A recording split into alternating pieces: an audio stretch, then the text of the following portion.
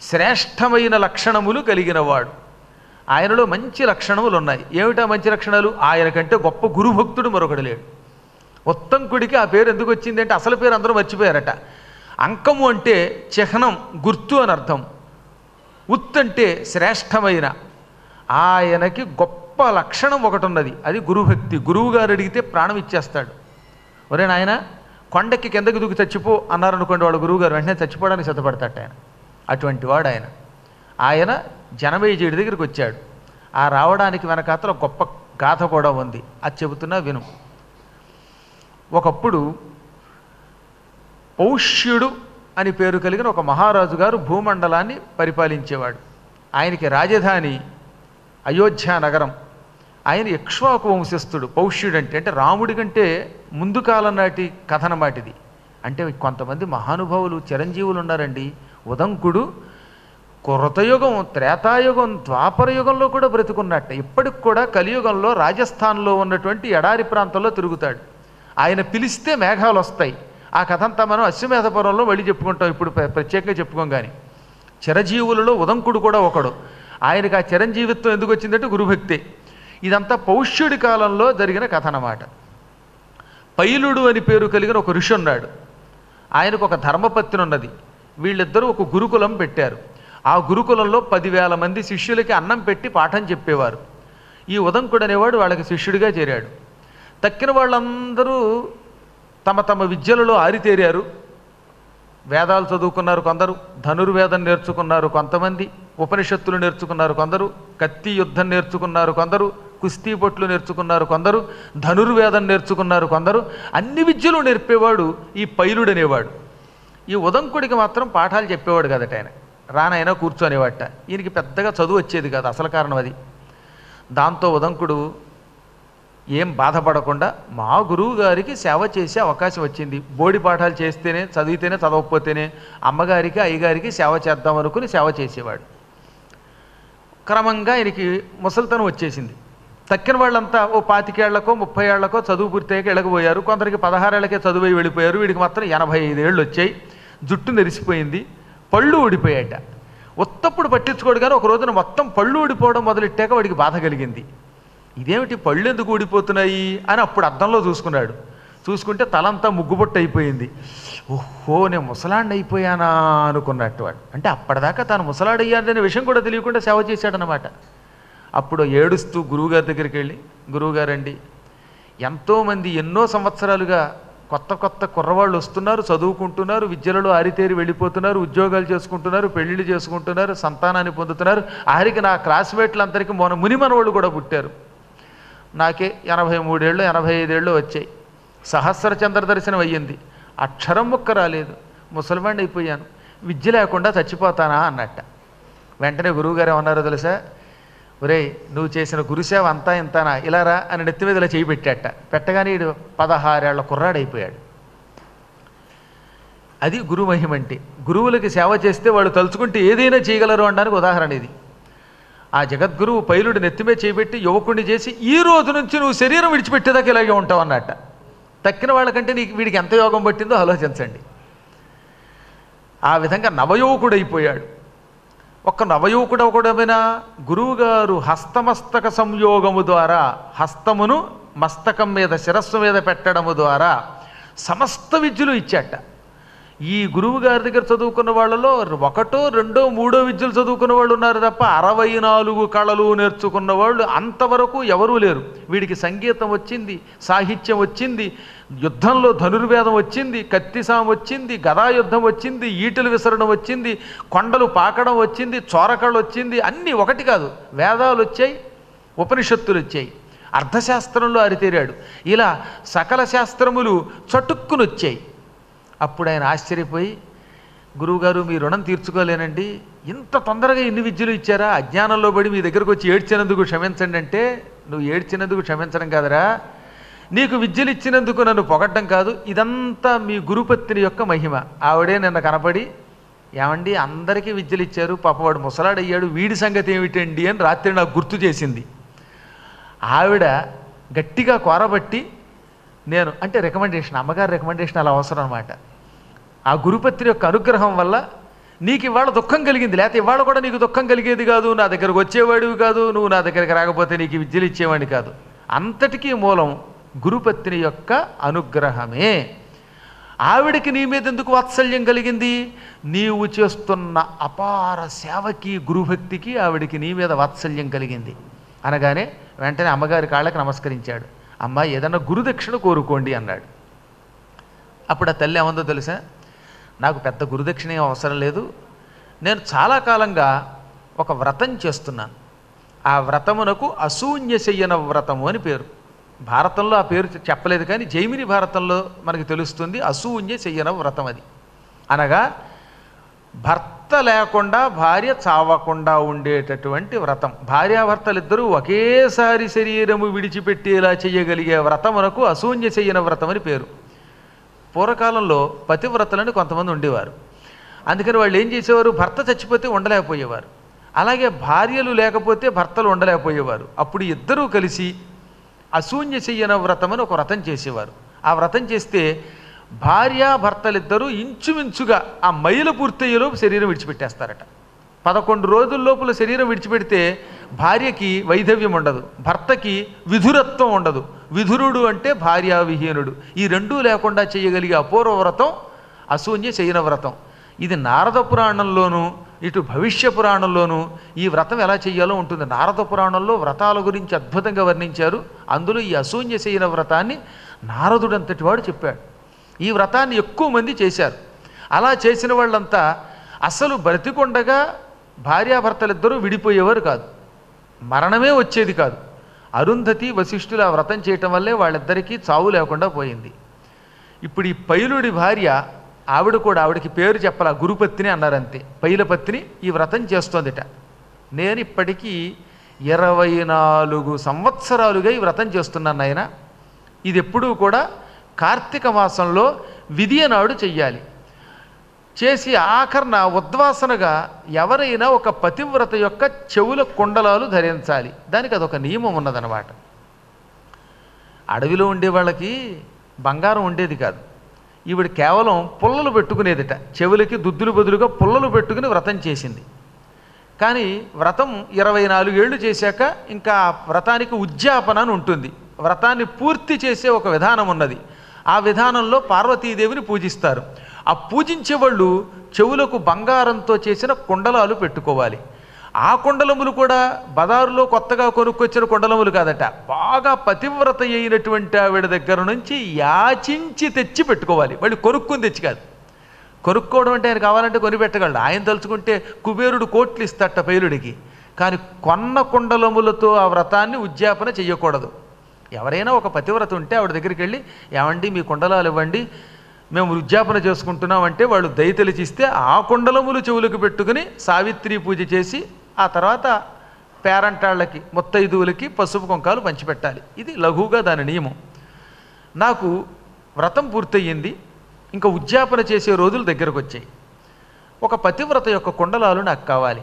ఈ భూమండలంలో ప్రస్తుతం ఇక్ష్వాకు వంశస్థుడైన పౌష్యుడనే ఒక రాజుగారు అయోధ్యని పరిపాలిస్తున్నాడు. ఆ అయోధ్యానగరాధీశ్వరుడు పౌష్యుడి యొక్క భార్య పరమ పతివ్రత. ఆవిడ దగ్గరికి వెళ్ళి, నా కోసం ఆ కుండలాలు తీసుకురా, ఆ కుండలములు నాకు ఇచ్చావంటే ఇక గురువుగారికి, గురువు పత్నికి అందరికీ దక్షిణ ఇచ్చినట్టే, నీకు అన్ని రుణాలు తీరినట్టే. గురు రుణం, దేవరుణం, పితృరుణం అన్ని రుణాలు తీరే వరం ఇస్తున్నాను, తీసుకురా అంది ఆవిడ. అది కూడా నేటికి 8వ రోజు కల్లా కుండలాలు ఇక్కడ ఉండాలి అనగానే వెంటనే ఆవిడకి నమస్కరించాడు. గురువుగారికి చెప్పేడదామంటే గురువుగారు ఎక్కడికో వెళ్ళారు, బయటికి సమయానికి లేరు. గురువుగారికి చెప్పకుండా వెళ్ళడమా మానడమా అనుకున్నాడు ఈయన. వెంటనే అప్పుడు ఆయన గుర్తుకొచ్చింది, అసలు గురుపత్రి కటాక్షం వల్లనేరా నేను నీకు విద్యలు ఇచ్చానని మా గురువుగారు అన్నారు. అందుకేగా గురుపత్రికి నమస్కరించాను.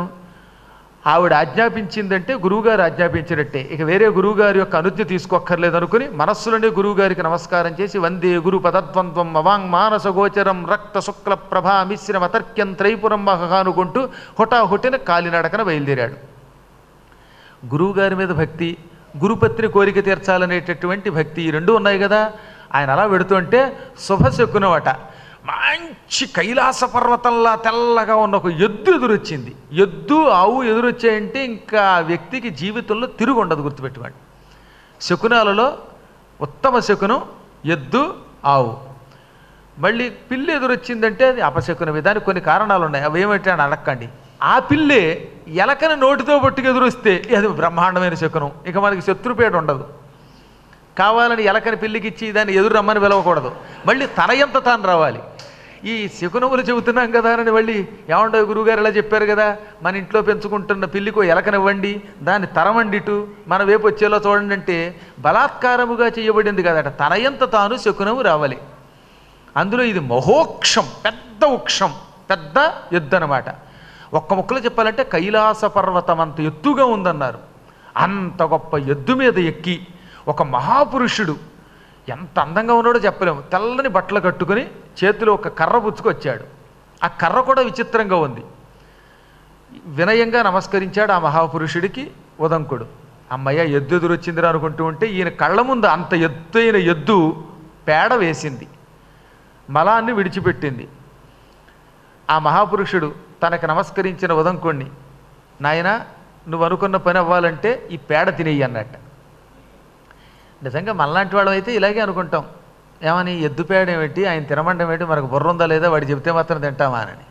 కానీ ఆయనకి ఎందుకో గురువు గారికి నేను ధ్యానం చేసుకున్నాను, గురుపాదాలను తలుచుకున్నాను, గురువుని తలుచుకున్నాను, గురు కార్యం మీద వెడుతున్నాను. శుభమానని అద్భుతమైన ఎద్దు వచ్చింది. ఎద్దు మీద ఉన్న మహాపురుషుడు కూడా మహాకాంతి స్వరూపుడు. ఏమో ఏ పుట్టలో ఏ పాము ఉందో. ఈ ఎద్దు పేడ వేయగానే ఆయన తినమన్నాడు అనుకుని గురువు గారికి నమస్కారం చేసి ఆ పేడ తినేశాట. అసలు పేడలా లేదండి, అది ఎంత రుచిగా ఉందో ఓరి బాబోయ్. ఒక్క ముక్కలో చెప్పాలంటే అమృత పాయసం, ఆవు పాలతో తయారు చేసిన పాయసంలో ఉందన్నమాట. శుభ్రంగా తిని ఆయన కేసు చూశాడో లేదో ఆయన దీవించి అదృశ్యం అయిపోయాట. ఈయన ఆవుతో పాటు ఆ ఎద్దుతో పాటు వెళ్ళిపోయాడు అనుకున్నాడు. కళ్ళ ముందు అదృశ్యం అయిపోతే ఏమో వేగంగా వెళ్ళాడు అనుకున్నట్ట. అక్కడి నుంచి బయలుదేరాడు, మహావేగంగా వెళ్ళాడు. 3-4 రోజులు ప్రయాణం చేసి పౌష్య మహారాజు గారి రాజధాని దగ్గరికి వెళ్ళాడు, అయోధ్య నగరానికి వెళ్ళాడు. ఆ సమయంలో రాజుగారు మధ్యాహ్నానికి ఇంచుమించుగా ఇంకొక గంట ఉంది, 11-11:15 సమయం అది. ఆ సమయంలో రాజుగారు సింహాసనం మీద కూర్చునున్నాడు. ఎర్రని రాగి గడ్డంతో, ఎర్రబడినటువంటి జుట్టుతో, నల్లగా లేదు ఆయన జుట్టు, తెల్లగాను లేదు, ఒక రకమైన రాగి రంగు అనమాట. అటువంటి ఎర్రని గడ్డం జుట్టుతోటి ఇంతంత పెద్ద పెద్ద కళ్ళతోటి ఉన్నాడు ఆయన. ఉదంకుడు చెయ్యెత్తి దీవించగానే రాజుగారు రండి అని ఆహ్వానించి ఆసనమిచ్చి కూర్చోబెట్టి, మహానుభావ మీరెవరో నాకు అర్థమైంది, పైలుడంతటి వాడు శిష్యులు మీలాంటి వాళ్ళు మా నగరానికి రావడం మా పూర్వజన్మ సుకృతం. ఏం కావాలో కోరుకోండి, మీరు అడిగిన ఏ కోరికైనా తీరుస్తాను, వరమైనా ఇస్తానన్నట్ట. మహారాజా నా స్వార్థం కోసం రాలేదు, మా గురువుగారి పత్ని మీ పత్ని యొక్క కుండలాలు అడిగి తీసుకురమ్మంది, అది కూడా ఆవిడకి వ్రతోద్యాపన కోసం తీసుకురమ్మని మాత్రమే అడిగింది. ఆవిడకి కూడా స్వార్థం లేదు ఆ కుండలాల మీద, కేవలం వ్రతోద్యాపనకు అవసరం అంతే. ఇచ్చి పంపిస్తే సంతోషిస్తాననగానే తప్పకండి, నా నియమం మధ్యాహ్న సమయంలో అంతఃపురానికి వెళ్ళకూడదని ఒక నియమం నాకు, అందుకని నేను రాను. కానీ నా అంతఃపురం ఎక్కడుందో మా పరిచారకులు చూపిస్తారు, వాళ్ళతో వెళ్ళి అంతఃపురంలో ఉన్న ఆవిడ దగ్గరికి వెళ్ళి అడగండి, ఆవిడ ఇస్తుంది. మీలాంటి నియమనిష్టాగరిష్ఠులకి అంతఃపుర ప్రవేశం నిషిద్ధం కాదు, వెళ్ళి రండి అన్నాడు. పరిచారకులు దారి చూపిస్తూ ఉండగా ఉదంకుడు ఈ పౌష్యపత్ని ఉన్నటువంటి అంతఃపురానికి వెళ్ళాడు. ఆవిడికి మదయంతి అని కూడా పేరు. ఆ మదయంతి ఉన్నటువంటి స్థానానికి వెళ్ళాడు. పరిచారకులు అమ్మగారండి నమస్కారం అండి, ఈయన పైలుడు అని పేరు కలిగిన ఒక ఋషీశ్వరుడు యొక్క శిష్యుడు ఉదంకుట్ట అనగానే ఉదంకుడు ఈ పరిచారకులు నమస్కారం చేస్తున్న వైపుకు చూశాడు. అక్కడ ఒక కుర్చీ ఉంది, మంచి బంగారంతో తయారు చేయబడిన, అందులో మెత్తని పానుపు వేసి వేయబడి ఉన్నటువంటి కుర్చీ, ఆసనం. ఆ ఆసనానికి పరిచారకులు దండం పెడుతున్నారు, ఎవరితోటో మాట్లాడుతున్నారు. కానీ ఆసనంలో ఎవరు కనబడలేదు దీనికి. ఈయన బుర్రకొక్కుని, ఎవర్రా పరిచారకులారా, వేళాకోళం ఆడుతున్నారా, లేక నాకేమైనా మతిపోయిందా, మీరు ఎవరికి నమస్కరిస్తున్నారు, ఎవరితో మాట్లాడుతున్నారంటే, అదేంటంటే అమ్మగారు ఎదురుగుండా ఆసనంలో కూర్చున్నారు కదండి, ఇదిగో ఈ ఆసనంలో మా అమ్మగారు ఉన్నారండి, రాజుగారి భార్య రాణి గారు ఉన్నారు అనగానే ఈయన మళ్ళీ చూశాడు. ఆసనం ఉంది, వీళ్ళు నమస్కరిస్తున్నారు, ఏదో మాట్లాడుతున్నారు, కానీ ఆసనంలో ఈయనకి ఎవరూ కనపడ్డంలా. వీళ్ళు నన్ను ఏదో మోసం చేస్తున్నారేమో అనుకుని నాకు ఇక్కడ ఎవరూ కనపడటం లేదు, మీరు మీ రాజు కుండలములు ఇవ్వడం ఇష్టం లేక ఒక పండితుడితో వేళకోళం వాడుతున్నారా అని కోపంతో రాజుగారి దగ్గరికి వచ్చాడు. మహారాజా ఏమిటండి అన్యాయం, అంతఃపురంలో మీ ఆవిడ ఉందంటారేమో ఈ భటులు, కానీ నాకెవరూ కనపడడం లేదు ఏమిటంటే, రాజుగారు ఒక క్షణం తెల్లబోయి, మహానుభావ నేను ఒక మాట అనడానికి సాహసిస్తున్నందుకు ఏమనుకోకు, అనకూడదు కైనా అంటున్నాను, ఎందుకో తెలిసిన నీలాంటి ఉత్తముడు అశుచి అనబడ్డానికి అనర్హుడు. నా భార్య శుచి కలిగిన వాళ్ళకే దర్శనమిస్తుంది, అశుచిగా ఉండే వాళ్ళకి మనస్సు కానీ శరీరము కానీ ఎవరికైనా అశుచిగా ఉంటే అటువంటి వాళ్ళకి నా భార్య దర్శనమివ్వదు. నువ్వు మహాత్ముడివి, నువ్వు అశుచివి అని నా నోటితో అనలేను, కానీ అశుచి కాకపోతే నా భార్య దర్శనమిస్తుంది. పరిచారకులకి కనబడిన నా పరమపతివ్రత అయిన భార్య నీకెందుకు కనబడలేదంటే నీలో ఏదో లోపం ఉంది, ఏమిటో మరి నువ్వు ఏం అశుచిగా వచ్చావు అన్నట్ట. ఈయన బాగా ఆలోచించి, నేను వేదం చదువుకున్నవాడిని, పోనీ మానసికంగా కూడా ఏ విధమైనటువంటి దౌర్బల్యం ఉన్నవాడిని కాదు, మరి అశుచి అంటాడేమిటినా, అశుచిగా ఉన్న వాళ్ళకి తన భార్య కనబడదంటాడు అని ఆలోచించి, ఇప్పుడు గుర్తుకొచ్చింది నాకు. నేను ఇక్కడికి వస్తూ ఉండగా ఒక పెద్ద ఎద్దునెక్కిన పురుషుడు ఆ ఎద్దు పేడ తినమన్నాడు. పేడ తిన్న వెంటనే ఆచమనం చెయ్యాలి. అది ఎంత గొప్ప ఆవు అయినప్పటికీ ఏదన్నా తిన్న వెంటనే ఆచమనం చెయ్యాలి. అందులో అది అశుచి కింద లెక్క కదా, అది ఎంత రుచిగా ఉంటే మాత్రం. ఓహో, కాళ్ళు చేతులు కడుక్కుని ఆచమనం చేయకపోవటం వల్ల నేను అశుచిగా ఉన్నాను, అందుకే ఈవిడ కనబడలేదని అర్థం చేసుకుని వెంటనే అంతఃపురం దగ్గర ఉన్నటువంటి మంచినీటి కొలను దగ్గరికి వెళ్ళి కాళ్ళు చేతులు కడుక్కొని ముమ్మారు ఆచమనం చేశాడు. త్రిరాచామహే అని వేదోక్త ప్రకారంగా ఆచమనం చేశాడు. ఈ ఆచమనానంతరం అంతఃపురంలోకి వెళ్ళగానే ఎదురుగుండా మదయంతి ఈ పౌష్యుడి యొక్క భార్య కనపడింది. అప్పుడు ఆయనకు ఆశ్చర్యం కలిగింది. ఇది కదా పతివ్రతల మహిమ, కేవలం చిన్న దోషం ఉంటే నా కంటికి కూడా కనపడలేదంటే ఈవిడ ఎంత ఉత్తమురాలు. ఇటువంటి స్త్రీమూర్తులు ప్రపంచాన్ని శాసిస్తారు, త్రిమూర్తుల్ని కూడా శాసించగలరు అనుకుని వినయంగా ఆవిడికి నమస్కరించి, మహాత్ములకి నమస్కరించడంలో తప్పులేదండోయ్, అక్కడ ఇంక పండితుడా పామరుడా కులమా మతం అక్కర్లా, గొప్పవాళ్ళు కనబడితే వినయంగా దండం పెట్టి తీరాలి, అదే భారత ధర్మం. అక్కడ ఇంక కులము లేదు మతం లేదు. అలాంటి ఆలోచన పిచ్చాలోచనలు చేస్తే మనం ఈ లోకంలో ఉన్నటువంటి సద్గురువులకి ద్రోహం చేసిన వాళ్ళం అవుతాం. అందుకే భారతంలో ఒక ముక్క చెప్పారు, సూరుల జన్మంబు సురల జన్మంబును ఏరుల జన్మంబు నెరుగనగునే. భవిష్యత్తులో కూడా ఆ పద్యం మళ్ళీ వస్తుంది మనకి. గొప్ప వీరులు, దేవతలు, ఏరులు అంటే నదులు, ఇటువంటి వాటి జన్మ అడగకూడదు. అవి ఎలా పుట్టాయో మనకు అనవసరం, అవి పవిత్రమైనవి అవునా కాదా చూడాలట. ఇప్పుడు ఏ గోదావరిలో పుట్టిన చోట చూస్తే ఏముంటుంది, నాసికలో ఇంత పెసర కనపడుతుంది, మురికి నీరు కింద కనపడుతుంది, కానీ క్రమంగా వచ్చేసరికి ఎంత గోదావరి అయింది. కృష్ణానది పుట్టిన చోట చూడండి, బొటన వేలంత ఉంటుంది అది ఇంత చేసి. అలాగే గంగోత్రి దగ్గర చూడండి, ఆ ఏరు అది క్రమంగా ఎంత గొప్ప అవుతుంది, మధ్యలో ఎన్ని కాలుష్యములు కలిసినా గంగే. కాబట్టి వాటి జన్మ గురించి ఆలోచించకు. అలాగే సూర్యుడు ఎవరికి పుట్టారో మనకు అక్కర్లా, అతడు వీరుడు జ్ఞాని. దేవతలు కూడా అంతే, ఎక్కడి నుంచి దేవతలు పుట్టారు ఇలాంటి ప్రశ్న వేయకూడదట, వాడు దేవత అయ్యాడంతే. లేకపోతే దధీచి మహర్షి ఎముక నుంచి పుట్టిందే వజ్రాయుధం, మరి దాన్ని గౌరవించడంలా, చిచ్చి ఎముకలు ఇంట్లో పెట్టుకుంటామా అని ఒక్కళ్ళు అంటున్నామా అని భారతంలో వేదవ్యాసులు వారు చెప్పారు. ఆది పర్వంలో చెప్పిన మాట అది.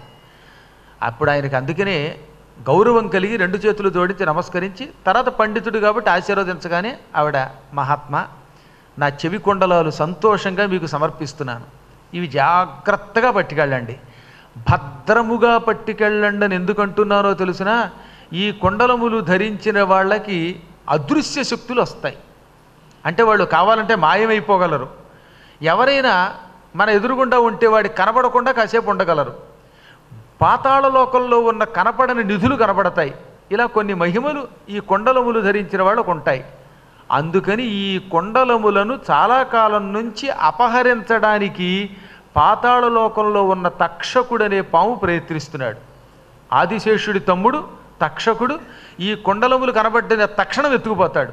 వాడికి దొరకకుండా జాగ్రత్తగా మీ గురువుగారి భార్యకి, లేకపోతే గురువుగారికి ఇచ్చిన మాట తప్పినట్టు అవుతుంది అనగానే, అబ్బే ఈ తక్షకులు గిక్షకులు నన్నేం చేస్తారమ్మా, నేను గురుభక్తి కలిగిన వాడిని, జాగ్రత్తగా పట్టుకెళ్ళి గురువుగారికి అప్పగిస్తాను, ఆ గురుపత్నికి అప్పగిస్తానని వాటిని పొట్లం కట్టి దట్టిలో అంటే నడుము చుట్టూ ఉండేటటువంటి ఒక అంగవస్త్రంలో భద్రపరిచాడు. తదనంతరం మహారాజు గారి దగ్గరికి వెళ్ళి, మహారాజా ధన్యాత్ముడివయ్యా, అలాంటి పతివ్రత నీ భార్య అయ్యింది, ఆవిడ వల్ల కదా మీ వంశానికే కీర్తి వస్తోంది అని ప్రశంసించి ఇంక వెడతానన్నట్ట. రాజుగారు ఏమన్నాడు, సరిగ్గా ఇది మాధ్యాహ్నిక సమయం, అపరాహ్నం అవుతోంది, ఈ సమయంలో మా రాజధానికి వచ్చి అన్నం తినకుండా ఎలా పెడతావు, భోజనం చేసి వెళ్ళు. ఆహార వేళకి వచ్చినటువంటి వాడికి అన్నం పెట్టని వాడు తాను అన్నం తింటే ఆ అన్నం అన్నం కాదని, అది అశుచి పదార్థమని శాస్త్రం చెబుతోంది. కాబట్టి కడుపు నిండా అన్నం తిని వెళ్ళు అన్నట్ట. ఎవరైనా అన్నం పెడతానంటే పిలిచి నేను తిన్ను అనకూడదట, అది కూడా పూర్వకాలంలో నియమం. అందుకని తప్పక పిలిచి అన్నం పెడతానంటే కాదంటానా, అలాగే భోజనం చేస్తానన్నాడు. రాజుగారు తన పక్కన కూర్చోబెట్టి ఆయనకు కూడా బంగారం పెట్టేశాడు, తనకు బంగారం పెట్టేయించుకున్నాడు. బంగారం పళ్ళేలు 2 పెట్టారు. రాజపత్ని పరమపతివ్రత మదయంతి ఆహారం వడ్డించింది. రాజుగారు చేతిలో ఈయనకి ఆపోసన పోశారు. ఈయన ఆపోసన పట్టాడో లేదో ఆ కంచంలో ఓ తల వెంట్రుక కనపడింది. కర్మగాలి అన్నంలో తల వెంట్రుక కనబడగానే తెల్లబోయి, అన్నంలో ఈగలు తల వెంట్రుకలు ఇలాంటివి ఉండకూడదని నీకు తెలియదా, అశుచి అన్నం పెడతావా, పిలిచి ఒక బ్రాహ్మడికి ఒక పండితుడికి తల వెంట్రుకొని అన్నం పెడతావా, పర్యుషితము పూతి ఇలాంటి ఆహారం తినకూడదు, మహాపాపం. పూతి అంటే వాసన కలిగినది, దుర్వాసన వచ్చే ఆహారం తినకూడదు. ఇంకా పర్యుషితం అంటే తల వెంట్రుకలు ఈగలు చేమలు ఇలాంటివి ఉంటాయి సరే, ఇటువంటి ఆహారం పొరపాటు కూడా పెట్టకూడదు. ఈ అన్నం పెడతావా, దీనికి ఇదే నీకు నా శాపం, నువ్వు గుడ్డివాడి వైపు అంధోభవా అన్నాడంతే. ఈ తొందరపాటు, ఎవడన్నా అన్నం పెట్టిన వాడికి ఇలాంటి శాపం ఇస్తారా? పైగా పిలిచి అన్నం పెట్టాడు పాపం ఆయన, కావాలని ఏమన్నా అందులో వెంట్రుకు పెట్టాడా? అందుకని ఇక్కడ వెంటనే వెళ్ళి భారతంలో కింద శ్లోకపాదంలో ఏమన్నారు, తొందరపాటుతో అన్నం పెట్టిన వాడిని తిట్టిన వాడికి, అన్నం పెట్టిన వాడికి అపకారం చేసిన వాడికి ఎప్పుడూ సర్వనాశనం తప్పదన్నారు. ఎప్పుడు ఏ ద్రోహానికైనా ప్రాయశ్చిత్తం ఉందట, అన్నద్రోహానికి ప్రాయశ్చిత్తం లేదు. అసలు 3 ద్రోహాలు చేయకూడదు: అన్నద్రోహం, గురుద్రోహం, బ్రహ్మద్రోహం నకారయేత్. అన్నం పెట్టిన వాడికి ఎప్పుడూ ద్రోహం చేయకు. ఇంత అన్నం పెట్టాడు పిలిచి, అటువంటి వాడిని ఎప్పుడు 10 కాలాలు చల్లగా ఉండాలి అనుకోవాలట. పెట్టాళ్లే బోడన్నం అనకూడదట. నువ్వైతే ఇంట్లో 2 రోజులు అన్నం పెట్టలేవా? ఎవరైనా మన ఇంటికి వస్తే ఎప్పుడు వీడిని వదిలించుకుందామని చూస్తామా? అటువంటిది ఇతరులు అన్నం పెట్టినప్పుడు వాడిని గౌరవించాలి. మనం పెట్టగలిగితే అప్పుడు ఇతరులను అంతో ఎంతో అన్నం అంటే కొంచెమైనా అర్థం ఉంది. అసలు ఎప్పుడు అనకూడదు. ఉత్తప్పుడు అన్న అనకపోయినా మనం చేయలేనప్పుడు ఇతరులు చేస్తున్నప్పుడు వాళ్ళల్లో లోపం వెతకూడదు. అన్నద్రోహానికి ప్రాయశ్చిత్తం అంత తేలిక కాదు. గురుద్రోహం చేయకూడదు, విప్రద్రోహం చేయకూడదని శాస్త్రం. ఈ 3 ద్రోహాలలో అన్నద్రోహం చేసేసాడు ఆయన తొందరపడి. అన్నం పెట్టినవాడు ఏదో పొరపాటున వెంట్రుకొస్తే ఏదో తిట్టాలి, ఇంకోటి ఏదైనా అనాలి, కానీ గుడ్డివాడు వైపు అనగానే రాజుగారికి బాధ కలిగి, నేను నీకు కావాలని అపచారం చేశానా? నీ ఎడల నేను అపచారం చేయలేదు, పొరపాటున ఆ అన్నంలోకి ఒక వెంట్రుక వచ్చింది. ఎంతో ప్రేమతో చదువుకున్న పండితుడివని, అందులో గురుభక్తి కలిగిన వాడివని నీ గురించి విని అన్నం పెడితే అన్యాయంగా కళ్ళు పోవాలని శాపం పెడతావా? నా కర్మగాలి ఏ ముహూర్తంలో పుట్టానో అన్నీ శాపాలే నాకు, ఒక శాపం కాదు నాకు.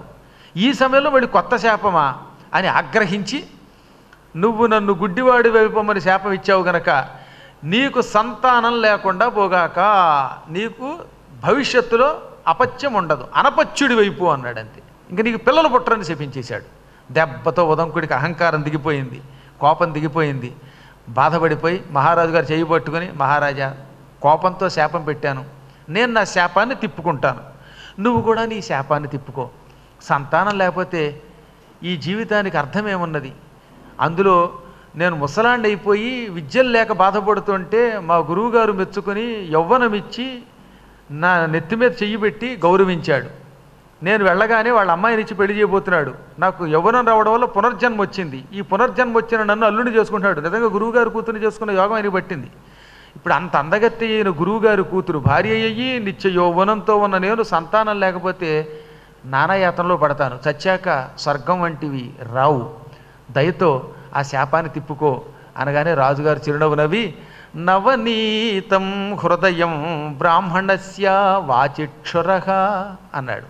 దీనినే నన్నయ్య గారు తెలుగులో పద్యంగా అనువాదం చేస్తూ, నిండు మనంబు నవ్య నవనీత సమానము పల్కు దారుణాఖండల శస్త్రతుల్యము జగన్నుత విప్రులయందు కాని ఈ రెండును రాజులందు విపరీతము కావున విప్రుడోపు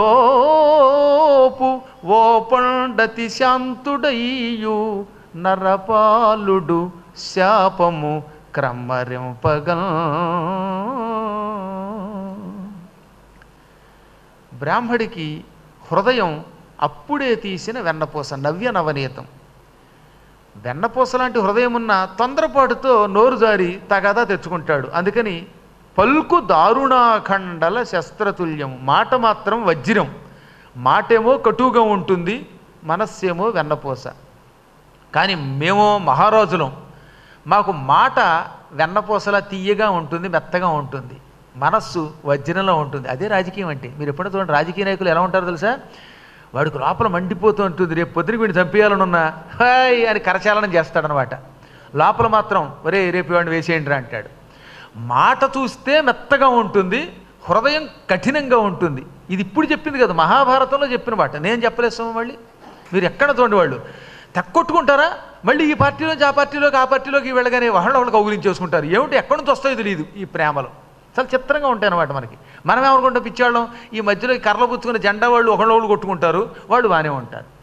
నిన్నటి దాకా తెగతిట్టి వాళ్ళు రాగానే నాకు జ్ఞానోదయం ఏందంటే అసలు మీరే గొప్ప నాయకుడు అండి అంటారు. మళ్ళీ రేపొద్దున ఇంకో పార్టీలోకి అయితే తెగ తిడతారు. మనం చూస్తూనే ఉంటాం. అందుకని ఆ రోజుల్లోనే ఈ పౌష్యుడు మా హృదయం వజ్రం లాంటిది, మాట మాత్రం మెత్తగా మాట్లాడతాం. మహారాజుల మనస్సులో ఉన్నది బయటికి రాకూడదు కదా, అందుకని ప్రేమగా అయ్యో మిత్రమా అని కౌగిలించుకుని వాడిని హత్య చేయడానికి కుట్రలో పన్నుతాం. కానీ మీరు మాట చూస్తే తొందరగా తోలుతారు, కఠినంగా ఉంటుంది, మనస్సు మాత్రం వెన్నపోస. అందువల్లే శాపం ఇస్తే వెనక్కి తీసుకునే శక్తి మీకుంది. మాది కుళ్ళు కుతంత్రాలతో కఠినత్వంతో కూడిన హృదయం, అందుకని శాపం ఇవ్వగలం, తీసుకోలేం. నీ శాపాన్ని నువ్వు తీసేసుకో, నా శాపాన్ని నేను తీసుకొని నువ్వు అనుభవించన్నట్ట. వెంటనే ఈయన సర్లే ఏం చేస్తాం, నీకు గుడ్డితనం వస్తుంది కానీ వెంటనే ఆ గుడ్డితనం పోతుంది. ఏదో పావు గంట 20 నిమిషాల్లో కళ్ళు కనపడకుండా పోయి మళ్ళీ కళ్ళు వస్తాయి. నేను మాత్రం తొందరపాటికి యావజ్జీవితం శాపం అనుభవిస్తానన్నట్ట. ఇది కూడా గొప్ప రాజకీయం అంటూ రాజుగారిది. నీ కర్మ, నువ్వు శాపం ఇచ్చినా తీసుకో, నేను మాత్రం తీసుకోను అని దానికి ఇది ఒక కథ చెప్పాడు పైగా. అందుకని ఇక్కడ మొత్తం మీద మళ్ళీ వ్యాసుల వారు ఏమన్నారు చూసావా, అన్నం పెట్టాడు ఆయన ఏ వంకతో అయినా, నువ్వు తొందరపడ్డావు, నీ తొందరపాటికి నువ్వు యావజ్జీవితం శిక్ష అనుభవించావు. అందుకని ఎట్టి పరిస్థితులలో కూడా ఉద్రేకంతో ఏ పని చేయకూడదు, క్షణికోద్రేకంతో అసలు చేయకూడదు. మనిషి ఏ పని చేసినా ఆచితూచి చెయ్యాలి, చెయ్యకపోతే ఇలాగే ఉదంకుడిలా అనుభవిస్తావు. ఆ పాత్రలు ఇప్పుడు కూడా ఉన్నాయిగా, మనం కూడా అలాగే ఎంతోమంది చేసి అనుభవిస్తున్న వాళ్ళు ఉన్నాం. ఉదంకుడు ఇక్కడ ఒకటితో అవలగా అతని ఉద్రేకం అతన్ని ఎన్ని నష్టాల పాలు చేసిందో అశ్వమేధ పర్వంలో మళ్ళీ మనం తెలుసుకుంటాం అన్నమాట. ఈ పాత్రలు ఏమి ఎండవవు. మళ్ళీ కృష్ణుడి దగ్గర అలాంటి కోపమే ప్రదర్శించాడు, భ్రష్టుడయ్యాడు. కాబట్టి మనకి మొట్టమొదటి నియమం క్షణికోద్రేకం పనికిరాదు. ఏ పని చేసినా ఆచితూచి చెయ్యాలి. అందులో గొప్ప వాళ్ళ దగ్గర ఇంకా జాగ్రత్తగా ఉండాలి. ఇప్పుడు మాబోటి వాళ్ళతో మాట్లాడేటప్పుడు ఆచితూచి మాట్లాడకపోతే అది ఇంకా ప్రమాదం. ఎందుకంటే వీడి మనస్సుకు బాధ కలిగితే తక్కిన వాళ్ళ బాధ కంటే ఈ బాధ అవతల వాడికి ఇంకా ప్రమాదం అవుతుంది కనుక అసలు ఎప్పుడూ ఉద్రేకముతో ఏ పని చెయ్యరాదు. మనస్సుని అదుపులో పెట్టుకోవాలి, నియంత్రణలో పెట్టుకోవాలి. చివరికి ఈయన అనపత్యుడయ్యాడు, ఆయనకి మాత్రం శాపాన్ని క్రమరించాడు. ఆ తర్వాత ఆ వెంట్రుకున్న అన్నం తీసి కొత్త అన్నం తిని కృతజ్ఞతలు చెప్పి కాళ్ళు చేతులు కడుక్కుని కుండలాలు పుచ్చుకు బయలుదేరాడు. ముందే చెప్పింది ఏమని, గురువుగారి దగ్గరికి వెడుతున్నావు, జాగ్రత్త, ఈ కుండలములను అతి జాగ్రత్తగా భద్రపరిచి గురుపత్నికి ఈ దీన్ని తక్షకుడనేవాడు ఎత్తుకుపోవడానికి ప్రయత్నిస్తున్నాడని పౌష్యుడి యొక్క భార్య చెప్పిన ఈయన నన్నెవరేం చేస్తారులే అనుకున్నట్టుగా వెళ్ళాట. దారిలో సంధ్యా సమయం అయ్యింది. సంధ్యా సమయంలో స్నానం చేసి తీరాలి, సంధ్యావందనం చెయ్యాలి, అది ఆయన నియమం. ఆయనే కాదు, జ్ఞానులంతా అలాగే చేసేవారు ఆ రోజుల్లో. అందుకని కుండలాలు తీసి తన బట్టల్లో పక్కన పెట్టి నడువుకో తువ్వాలు కట్టుకుని చెరువులో దిగాడు. చెరువు కనబడగానే హాయిగా చల్లగా ఉన్న నీళ్ళని స్నానం చేసి సంధ్యావందనం చేయడానికి అందులో దిగి కుండలాలను చాలా జాగ్రత్తగా తన ఉత్తరీయం వంటి దుస్తుల్లో భద్రపరిచాడు. ఈతడు బయలుదేరినప్పటి నుంచి ఈయన వెనకే ఒక దిగంబరుడి వేషంలో వెంటాడి వస్తున్నాడు తక్షకుడు. ఆదిశేషుడు, వాసుకి, తక్షకుడు, అరుకాషుడు, ఐరావతుడు, ధృతరాష్ట్రుడు, కాళీయుడు వీళ్ళంతా కూడా కద్రువ యొక్క కొడుకులు 1000 మంది పాములు వీళ్ళు. వాళ్ళలో మూడోవాడు తక్షకుడు అనమాట. ఆదిశేషుడు పెద్దవాడు, రెండోవాడు వాసుకి, మూడోవాడు ఈ తక్షకుడు. ఈ కుండలములు అంటే వాడికి చాలా ఇష్టం. ఇవి ధరిస్తే అదృశ్య శక్తులు వస్తాయి, పైగా ఇది ధరించి నా భార్య కూడా ఏదైనా వ్రతం చేసిందంటే ఆవిడకు కూడా తిరుగుండదు అని చాలా కాలం నుంచి ఈ కుండలాల కోసం ఎదురు చూస్తున్నాడు. కానీ ఈ పౌష్యపత్ని పాములకి ఇలాంటివి ఇవ్వడం ప్రమాదం అని ఇవ్వకుండా ఇంతకాలం అట్టే పెట్టింది. ఇప్పుడు వాడు సమయం కోసం చూస్తున్నాడు కదా, ఈయన బట్టల్లో ఈ కుండలాలు పెట్టి స్నానానికి దిగ్గానే టక్కన ఒక దిగంబర సన్యాసి వేషంలో వచ్చి అమాంతంగా కుండలాలు పుచ్చుకుని పారిపోవడం మొదలెట్టాడు. దాంతో స్నానం చేస్తున్నవాడు కాస్త తువ్వాలుతోటే ఈ బట్టలు కూడా మర్చిపోయి ఒరే పారిపోకరోయ్ అని పాపం ఉదంకుడు వెంటబడ్డాడు. ఉదంకుడు వెంటబడి తరిమి గురుభక్తి కలిగిన వాడు కదా, అందువల్ల పామును కూడా వెంటాడి పట్టుకున్నట్టు పట్టుకోగానే దిగంబర సన్యాసి వేషంలో ఉన్న తక్షకుడు తక్షణం ఆ సన్యాసి వేషం విడిచిపెట్టి భయంకరమైన కాలసర్పంగా మారిపోయాడు. తెల్లని శరీరంతో 1000 పడగలతో సర్పంగా మారి హుమ్మని వీడు తోసేసి సూక్ష్మ రూపం ధరించి అంటే చిన్న పాముగా మారిపోయి ఆ పక్కన ఒక పొట్టు ఉంది, ఆ పొట్టలో దిగి పుట్టకుండా పాతాళానికి పోయాడు. ఇక చూడండి, ఈయన బెంగ పెట్టేసుకున్నాడు. ఇది ఎక్కడ గొడవరా, నాకు ముందే చెప్పింది పౌష్యపత్ని, ఇప్పుడు ఈ పాతాళానికి ఎలా వెళ్ళడం? ఈ పాముని నేను అశ్రద్ధ చేశాను, నా వెంటే వస్తున్నట్టున్నాడు వీడు, అయినా నాకు గురువుల యొక్క అండ ఉన్నది అని గురువుగారిని మళ్ళీ తలుచుకున్నాడు. వెంటనే ఏం జరిగిందో తెలుసా, అక్కడికి ఒక మహాపురుషుడు వచ్చాడు. నువ్వు వెళ్ళబోయేటటువంటి లోకం మామూలు లోకం కాదు, భయంకర కాలకోట విషాన్ని వెదజల్లేటటువంటి సర్పాలున్న తీవ్రమైన విషం కలిగిన సర్పాలున్న పాతాళ లోకం. అక్కడ ఆదిశేషుడి వంటి వాళ్ళు ఉంటారు, మహానుభావులు వాళ్ళంతా. అక్కడికి వెళ్ళిన తర్వాత పాములు చూసి నువ్వు భయపడకూడదు సుమా అంటే భయపడనండి అన్నట్ట. అయితే నీకు పాతాళానికి వెళ్ళడానికి ఒక దారి చూపిస్తాను, ఇదిగో నేను నీకు చిన్న గుణపం ఇస్తున్నాను, దీంతో పుట్టని తవ్వు, భూదేవి వణికిపోయి నీకు దారిస్తుంది అన్నట్ట. గురుభక్తి వల్ల ఆ మహాపురుషుడు ఎవడో ప్రత్యక్షమై ఈ గుణపం ఇచ్చాడని కనిపెట్టి ఆయనకు నమస్కరించాడో లేదో ఆయన మాయమైపోయాట. ఇప్పుడు ఈయన గుణపం పుచ్చుకున్న పుట్టనలో పడవగానే భూదేవి వణికి ఇలా రెండుగా చిట్లి దారి ఇచ్చింది. ఆ దారి గుండా ఈయన పాతాళానికి వెళ్ళిపోయాడు. ఆ పాతాళానికి వెళుతూ ఉంటే అక్కడ ఒక ఆశ్చర్యకరమైన దృశ్యం కనపడిందట. 2 స్త్రీలు ఉన్నారు అక్కడ. ఆ 2 స్త్రీలు ఏం చేస్తున్నారు, తెల్లగా నల్లగా ఉన్న 2 దారాలని ఓ మగ్గం మీద వేసి నేస్తున్నారు. అక్కడ పెద్ద మగ్గం ఉంది, ఆ మగ్గానికి ఒక చోట తెల్లదారం, ఒక చోట నల్లదారం, దీంతో ఒక వస్త్రం కింద ఆ తెల్ల నల్ల దారాలతోటి 2 ఆడవాళ్ళు నేత పని చేయడం మొదలుపెట్టారు. ఆ వస్త్రంలో సగం తెలుపు సగం నలుపు అన్నమాట. ఈ దారాలతో ఒక అద్భుతమైన చీర నేస్తున్నారు వాళ్ళు. దానికి 12 ఆకులు కలిగిన ఒక చక్రం ఉంది, మధ్య మధ్యలో ఆ చక్రాన్ని గిర్రును తిప్పుతున్నారు. దానిని తిప్పుతున్న వాళ్ళు 6 యువకులు. వీళ్లతో కూడినటువంటి ఆ ప్రాంతాన్ని ఈయన చూశాడు. ఇదేమిటబ్బా చక్రం ఉంది, ఆ చక్రాన్ని గెర్రమని తిప్పుతున్నారు, అందులోంచి దారాలు వస్తున్నాయి, ఆ తిప్పుతున్న వాళ్ళు 6 పురుషులు. ఈ 12 చక్ర ఆకులు ఉన్నటువంటి చక్రాన్ని తిప్పుతున్న పురుషులు చక్రం తిప్పుతూ ఉంటే అందులోంచి సన్నగా దారం వస్తుంది, దాన్ని మగ్గం మీదకి తీసుకెడుతున్నారు. ఆ దారాల్లో ఒకటి తెలుపు ఒకటి నలుపు, దాన్ని చీర కింద వేస్తున్న వాళ్ళు 2 ఆడవాళ్ళు. ఆ 2 ఆడవాళ్ళు కూడా ఒకళ్ళు తెల్లగా ఉన్నారు, ఒకళ్ళు నల్లగా ఉన్నారు. ఇదేదో విచిత్రంగా ఏ లోకానికి వచ్చాను రా బాబు అనుకున్నట్టు ఈయన. వాళ్ళ దగ్గర నుంచి ఇంకొంచెం ముందుకు వచ్చాడు. ఇక అక్కడి నుంచి కనబడ్డాయండి అక్కడ పాములు. అటువంటి దృశ్యాన్ని చూడగానే ఎంత మహానుభావుడు కూడా ఒక క్షణకాలం భీతిల్లేట. ఎర్రని రంగులో, తెల్లని రంగులో, నల్లని రంగులో, గోధుమ రంగులో, ఆకుపచ్చ రంగులో, పసుపచ్చ రంగులో, పింగళ వర్ణంలో, ఇలా రకరకాల రంగుల్లో ఉన్న పాములు లుకలుకలాడుతూ నూడిల్స్లా కనబడ్డాయి. సాయంకాలం పూట బడ్డీ కొట్టు మీదలాగా.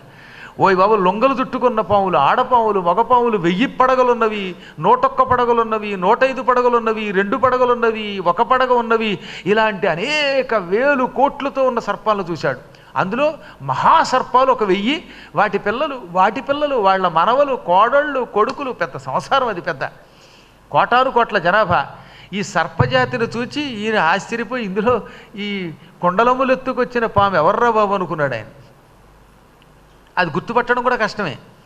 ఇప్పటికి కూడా నాకు అమెరికా వెళితే ఆ తెల్లవాళ్ళని చూస్తే వాళ్ళు ఎవరెవరో గుర్తుండదు. ఓ 10 సార్లు తిరిగితే కానీ ఆ మొగుడు పెళ్ళాలి తప్ప సామాన్యుడు గుర్తుండదు. అది హాయ్ అని వెళ్ళిన తర్వాత ఇందాక పలకరించిన వాడు వీడేనా అంటే ఇంకా చెప్పే ఇంకోటి వస్తాడు, వాడు వీడు ఒకలాగానే ఉంటారు. ఇంక చైనా ఒకటి, అక్కడికి వెళ్ళాక చైనా గడంతా ముఖ్యలాగా ఉంటుంది. అంటే నా అనుమానం, మనమంటే అందరం తెలుసున్న వాళ్ళం కాబట్టి గుర్తుపడుతున్నామేమో తెలియదు, కానీ మన చూస్తే వాళ్ళు కూడా గుర్తుపట్టలేరేమో తెలియదు, కానీ వాళ్ళని చూస్తే నాకు ఎప్పుడు అనుమానమే. అలాగా ఇప్పుడు ఈ పాములన్నీ ఒకే రకంగా ఉంటాయి కదా, దాంతో ఏ పాము ఏదో ఈయనకి అర్థం కాల. ఇందులో ఎవరు ఆదిశేషుడు, ఎవరి వాసుకి, ఎవరు తక్షకుడు, ఎవరు ఐరావతం, ఎవరు ధార్తరాష్ట్రుడు అర్థం తెలియలా. అర్థం తెలియక వాళ్ళు ఎవరో తెలియక గిజగిజలాడిపోయాడు. ఇంక దీనికి ఒకటే మార్గం అనుకున్నాడు. ఏమని? ప్రార్థిద్దాం, ప్రార్థిస్తే వీళ్ళు ఏమైనా అనుగ్రహిస్తారేమో అనుకుని ఎంతో భక్తితోటి 2 చేతులు జోడించాడు. ముందుగా మహాసర్పములు గనక ఇవి చాలా గొప్పవని మా గురువుగారు చెప్పారు గనక వీళ్ళని పూజిస్తే వీళ్ళు ప్రసన్నులై నాకు ప్రత్యక్షమై మా కుండలాలు మాకు ఇప్పిస్తారేమో అనుకుని వెంటనే 2 చేతులు జోడించేసి ఏమని చెప్పేశాడు? మహామహీభరమును నిరంతరము మోస్తున్నటువంటి ఆదిశేషుడికి నమస్కారం అన్నాడు. అద్భుతమైన పద్యాలండి. ఇక్కడ ఒక 3 పద్యాలు రాశారు మహాభారతంలో ఆదికవి నన్నయ్య గారు. అసలు కవిత్వం అంటే అదనమాట. బహువన పాదపాబ్ధి కుల పర్వత పూర్ణ సరస్వతీ సహిత మహామహీభరము అజస్ర సహస్ర ఫణాళిదాల్చి దుస్సహతరమూర్తికిల్ జలధిశాయికి పాయక శయ్యయైన అయ్యహిపతి దుష్కృతాంతకుడనంతుడు మాకు ప్రసన్నుడయ్యడు. ముందుగా అనంతుడు ఆదిశేషుడు నాకు ప్రసన్నుడవుగాక. ఆ అనంతుడు ఎటువంటి వాడు? బహువన ఎన్నో అడవులతో, పాదప చెట్లతో, అబ్ధి సముద్రాలతో, కులపర్వత వింధ్యపర్వతం, మేరుపర్వతం వంటి అనేక పర్వతములతో ఉన్న ఈ భూమండలమును నిరంతరం 1000 పడగల మీద మోస్తున్నవాడు. ఆదిశేషుడు సామాన్యుడు కాదు. ఆయన కొండలతో, గుట్టలతో, చెట్లతో, నదులతో, సముద్రాలతో ఉన్న ఈ మొత్తం భూమండలాన్ని 1000 పడగల మీద నిరంతరం మోస్తున్నాడు. అటువంటి మహామహీభరాన్ని మోస్తున్న ఆదిశేషునికి నమస్కారం. దుష్కృతాంతకుడు, పాపాలని నాశనం చేస్తాడు, పాపాత్ముల్ని నాశనం చేస్తాడు ఆయన. అటువంటి వాడు ఆయన. నిరంతరం శ్రీ మహావిష్ణువుకి పానుపు, ఆ మాట కూడా చెప్పారు ఇక్కడికి. పాయక శయ్యయైనా, ఎప్పుడూ విడిచిపెట్టకుండా శ్రీమన్నారాయణుణ్ణి తన చుట్టల్లో మోస్తూ ఉంటాడు ఆయన. అటువంటి వాడికి, దుష్కృతాంతకునికి నేను నమస్కరిస్తున్నాను, ఆయన ప్రసన్నుడవుగాక. అంటే పైకి ఏం కనబడుతోంది? భూమిని మోస్తున్నాడు, విష్ణుమూర్తికి పానుపవుతున్నాడు, పాపాత్ముల్ని నాశనం చేస్తాడు. అటువంటి ఆదిశేషుడికి నమస్కారం. ఏముందండి మీరు ఇదే పద్యంలో ఏదో గొప్పతనం ఉందన్నారని మీరు అడగాలిగా, మరి అడగకుండానే చెప్పడం అనమాట. ఈ పద్యం పైకి పద్యంలా కనపడుతూ సర్పమును ఆవిష్కరించింది. ఇందులో అన్ని బొస్సలు ఉన్నాయి. ఇదే పద్యం మళ్ళీ చదివితే ఓహో ఇందులో పాము ఉందని మీకు అర్థమవుతుంది అనమాట. అలా చెప్పకుండా చెప్పడం అంటారు. అందుకే దీనికి మహాకవిత్వం అని పేరు. ఇదే పద్యం మళ్ళీ చదువుతాం చూడండి. బహువన పాదపాబ్ధికుల పర్వత పూర్ణ సరస్వతీ సహిత మహామహీభరము అజస్ర సహస్ర ఫణాళిదాల్చి దుస్సహతరమూర్తికిల్ జలధిశాయికి పాయక శయ్యయైన అయ్యహిపతి దుష్కృతాంతకుడు అనంతుడు మాకు ప్రసన్నుడయ్యడు.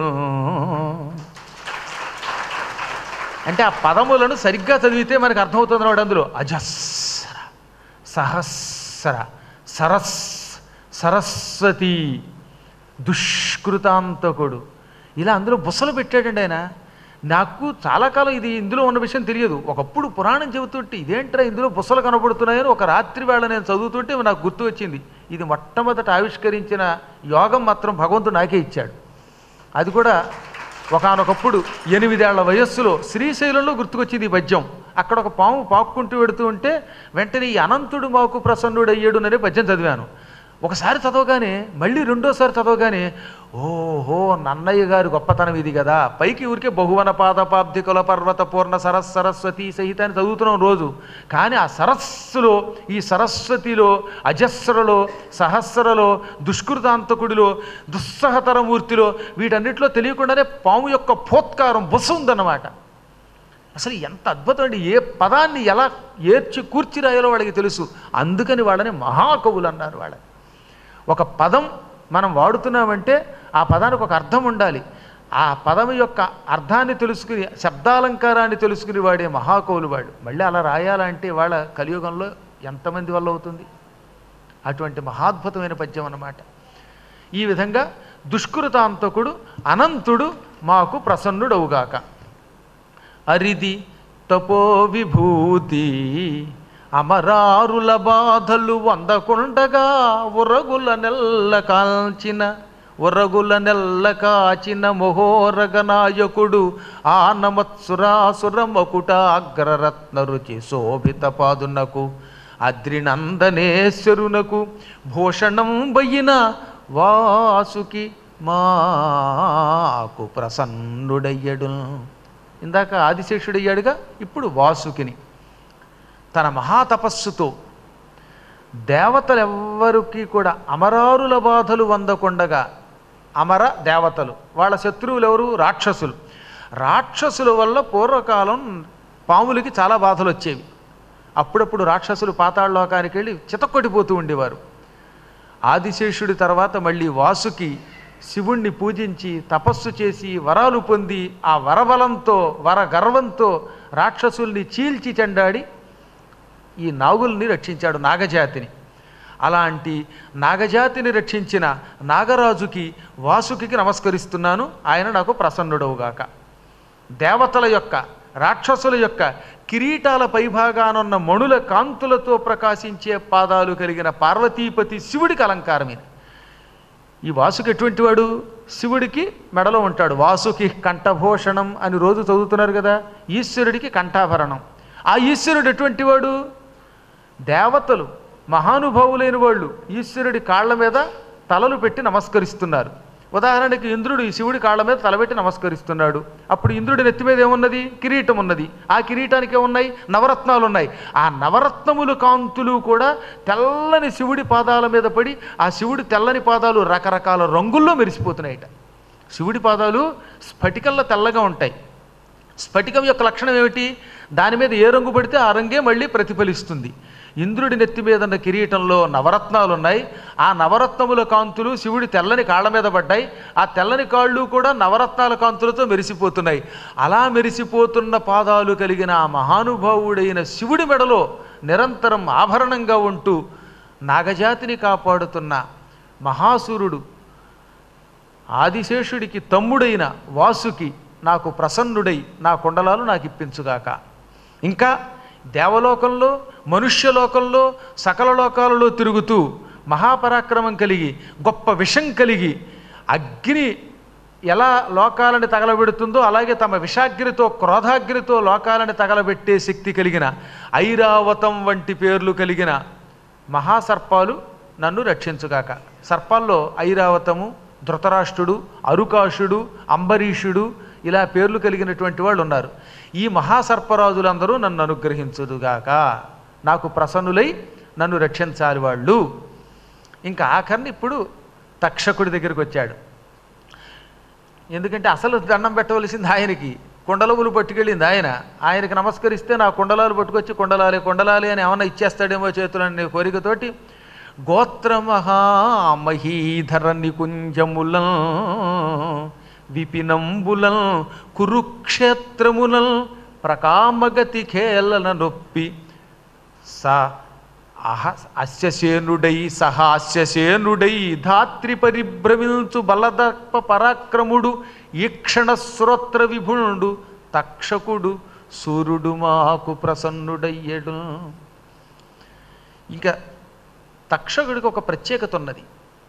ఆయన తక్కిన పాముల్లాగా పాతాళ లోకంలో ఎక్కువగా ఉండడం. ఆయనకి ఇది తీర్థయాత్రలన్నా తిరగడమన్నా ఇష్టం. అందుకని కుల పర్వతాల్లో తిరుగుతాడు. మేరు పర్వతం, వింధ్య పర్వతాల వంటి పర్వతాల దగ్గరికి వెళ్ళి తపస్సు చేసుకుంటూ అక్కడున్న వింతలు విశేషాలు చూస్తాడు. అడవులలో తిరుగుతాడు. అన్నిటికీ మించి కురుక్షేత్రంలో ఎక్కువ ఉంటాడండోయ్. ఖాండవమనమనే వనంలో ఉంటాడు. పైగా ఈ తక్షకుడికి ఒక స్నేహితుడున్నాడు, అస్యసేనుడు అంటారు వాడిని. అస్యసేనుడు అనే వాడితో కలిసి కురుక్షేత్రంలో నిత్యం తిరుగుతూ ఉంటాడు. మీకు ఈ ఘట్టం మళ్ళీ ఖాండవన దహనంలో వస్తుంది అశ్వసేనుడి కథ. వాడే నాగాస్త్రం అంటే. అలాగా నిరంతరం తన స్నేహితుడైన అశ్వసేనుడితో కలిసి కురుక్షేత్రంలో తిరిగేవాడు, ఇంద్రుడికి ఆత్మీయమిత్రుడు, భూమండలం నిరంతరం తిరిగేవాడు, పరాక్రమం కలిగినవాడు, ఈక్షణ శ్రోత్ర విభుడు. పాములకి చెవులు ఉండవు. ఈక్షణము అంటే కన్ను, కన్నే చెవి అంటే కళ్ళతో వింటాయి పాములు. అందుకని వాటికి కళ్ళే చెవులుగా కలిగిన జంతువులని పేరు. సంస్కృతంలో ఈక్షణ శ్రోత్ర విభుడు, కన్నులే చెవులుగా కలిగినటువంటి పాములకు నాయకుడు. అటువంటి తక్షకుడు సూర్యుడు తక్షణం నాకు ప్రసన్నమై నన్ను అనుగ్రహించుగాక అని ఎంత ప్రార్థించాడండి. అయినా ఏ పాము ఆయన ప్రార్థన పట్టించుకోలేదు. ఇది ఎక్కడ గొడవరానని కలదిరిగాడు ఆయన. ఇందాక చెప్పాగా తెల్లని నల్లని దారాలతో ఇద్దరు స్త్రీలు వస్త్రం నేస్తున్నారు మగ్గం మీద. ఆ మగ్గానికి కావలసిన దారాన్ని 6 పురుషులు 12 ఆకులు కలిగిన చక్రం ద్వారా తయారు చేస్తున్నారు. చక్రానికి మధ్యలో అడ్డంగా మగ్గానికి కావలసినటువంటి కర్రలు ఉంటాయి, వాటిని ఆకులు అంటారు. పూర్వం బండి చక్రాలు ఉండేవి కదా, బండి చక్రానికి మధ్యలో చెక్కతో తయారు చేయబడినటువంటి ఉండేవి, వాటికి ఆకులు అంటారన్నమాట. అటువంటి 12 ఆకులు 6 చక్రాలు కలిగినటువంటి ఒక అద్భుతమైన చక్రాన్ని 6 యువకులు తిప్పుతున్నారు. అటువంటి వాళ్ళ దగ్గరికి వెళ్ళాడు.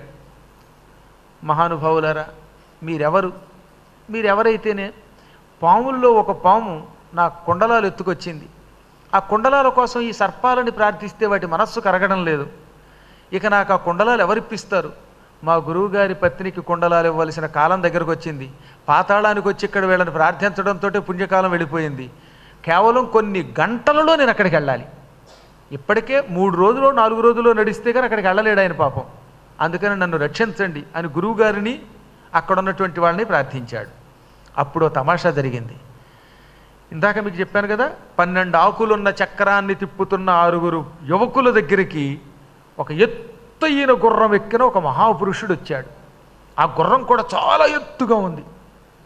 ఆ ఎత్తైన గుర్రం మీద ఎక్కిన మహాపురుషుడి దగ్గరకు వచ్చి 2 చేతులు ఇలా ఎత్తి ఆశీర్వదించాడు.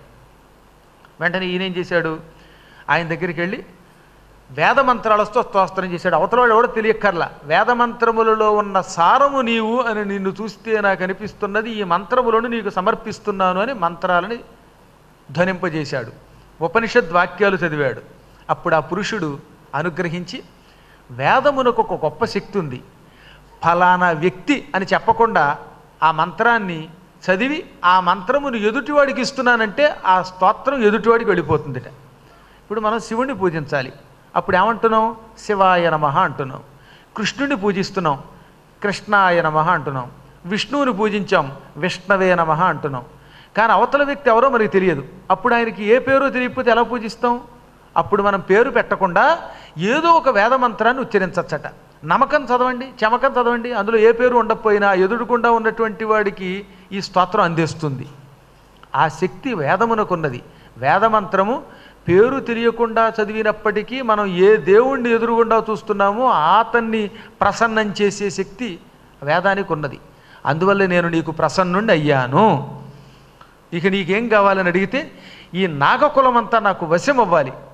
భక్తితో ప్రార్థిస్తే నా కోరికలు తీర్చడంలా దెబ్బకి దెయ్యం దిగి రావాలి. కాబట్టి వీళ్ళు వశం అయ్యేందుకు వీళ్ళని చావు దెబ్బలు కొట్టడానికి కావలసిన శక్తి నాకు ఇయ్యి అన్నాడు ఆయన. అలాగే నీ ప్రార్థన విని వాళ్ళు ఏమైనా కనికరిస్తారేమో అని నేను కూడా చూశాను. వాళ్ళు కనికరించలేదు. కనికరించినప్పుడు శిక్షించైనా మన పని చేయించుకోవడం తప్పు కాదు అని వెంటనే ఆయన ఏం చేశాడు, ఇదిగో నేను ఎక్కిన గుర్రం ఉంది కదా, ఈ గుర్రం యొక్క అపానంలో ఊదు, వెనక భాగంలో అపాన ప్రాంతంలో ఉఫ్ఫను ఊదు, చెయ్యి అడ్డం పెట్టుకుని అన్నట్ట. అలా ఊదు, ఆ తర్వాత ఏం జరుగుతుందో చూడన్నాడు. అనగానే నేను వెంటనే ఆ పురుషుడికి ఆ గుర్రానికి నమస్కరించి ఆ గుర్రం యొక్క అపాన ప్రాంతం దగ్గరకు వచ్చి, అంటే మలద్వారం దగ్గరకు వచ్చి ఉఫ్ఫను ఒక్క ఊదు ఊదాడు. అప్పుడు జరిగిందో తమాషా. అలా ఉఫ్ఫను ఒక ఊదు ఊదాడో లేదో అగ్నిజ్వాలలు ఒక్కుమ్మడి ఆ గుర్రం శరీరంలో నుంచి పైకి వచ్చేసాయి.